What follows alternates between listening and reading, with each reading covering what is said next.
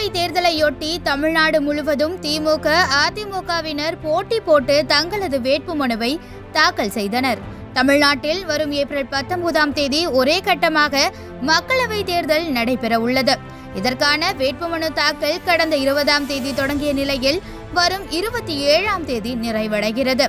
கடந்த 5 நாட்களாக வேட்புமனு தாக்கல் செய்ய வேட்பாளர்கள் பெரிதும் ஆர்வம் காட்டாத நிலையில் பங்குனி உத்திரமான இன்று பெரும்பாலான வேட்பாளர்கள் தங்களது வேட்புமனுவை தாக்கல் செய்ய ஆர்வம் காட்டி வருகின்றனர். அந்த வகையில் தென் சென்னையில் திமுக சார்பில் போட்டியிடும் தமிழச்சி தங்கபாண்டியன் தனது வேட்புமனுவை தேர்தல் நடத்தும் அதிகாரியிடம் தாக்கல் செய்தார்.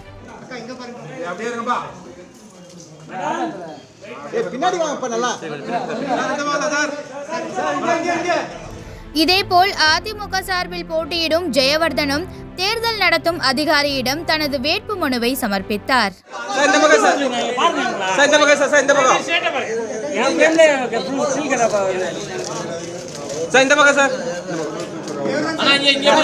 வடசென்னை தொகுதியில் போட்டியிடும் திமுக, அதிமுக, நாம் தமிழர் கட்சி வேட்பாளர்கள் இன்று ஒரே நாளில் தங்களது வேட்புமனுக்களை தாக்கல் செய்ய குவிந்ததால் பெரும் பரபரப்பு ஏற்பட்டது.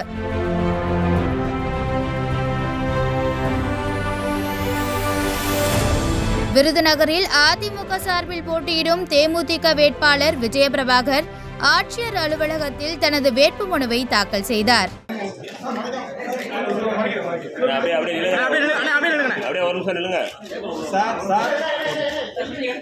அப்போது முன்னாள் அமைச்சர் ராஜேந்திர பாலாஜி உடனிருந்தார்.